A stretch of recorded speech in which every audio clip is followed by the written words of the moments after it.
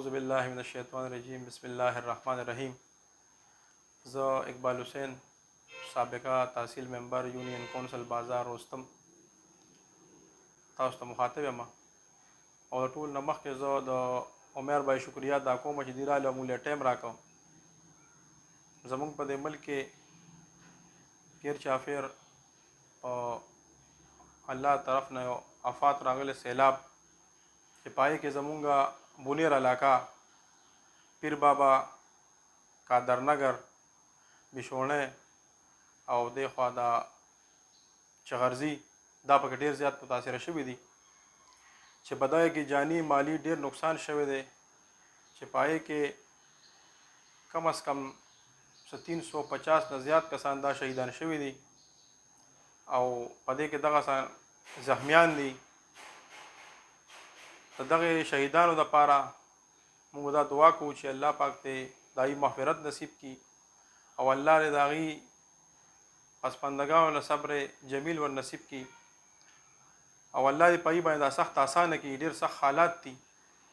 په دغه سختو حالاتو کې زموږ څه ملګري چې موږ سره رابطې کړې وې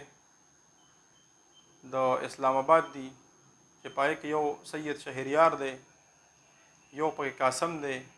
یو ازمر علي دی، یو پکې عبدالرؤف دی،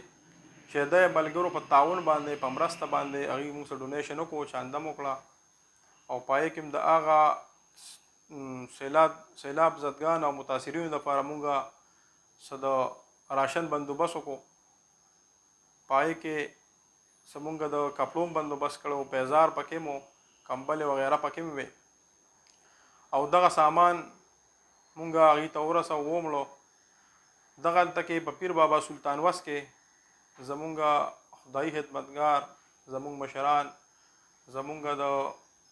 سلطان وس افسر خان چې زمونږ د سابقه د صوبایي اسمبلی امیدوارو، دغه سامان مونږ هغه ته حواله کو، هغه سره ورلو دایي حجرې ته او د هغې په حجره کې هغه سره کېناستو، مشوره مو کړه چې په کوم ځای کې داسې علاقه ده چې هغه ډېره زیاته متاثره شوي چې دا سامان مونږ ووسو په خپل لاسې پایي باندې تقسیم کړو. نو هغې داسې وکړو چې د هغې په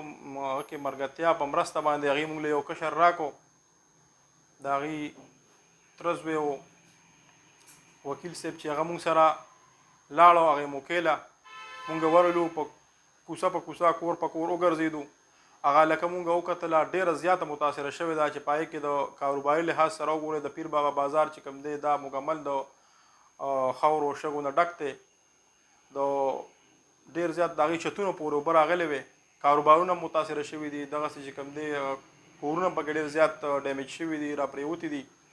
موږ په خپله وزټ وکړو، وګرځېدو، هغه کسانو ته هغه سامان ورسوو چې د چا حق و حقدارانو له ورکړو. نو دغسې مونږ کینونه انشاءالله د دې سره به په دې سخته کې مونږ شانه بشانه ولاړ یو او نور هم چې راځي دې سره به انشاءالله مونږ خپل مرسته کوو او ملګرو سره په رابطه کې یو چې څونه رانه کېږي هغه به کوو او الله دې په دې ملک کې امن راولي، خوشحالي دې راولي، سوکالي دې راولي او الله دې زموږ دا مصیبتونه، آفتونه دا زموږ د دې ملک نه او ټولو مسلمانانو نه دفع کړي او الله دې مونږ له جزای خیر راکړي او الله دې دغسې اصلاحي کارونه، انساني همدردۍ او دا زموږ نه بار بار واخلي. ډېره مننه، مهرباني، الله خوشحاله کړه.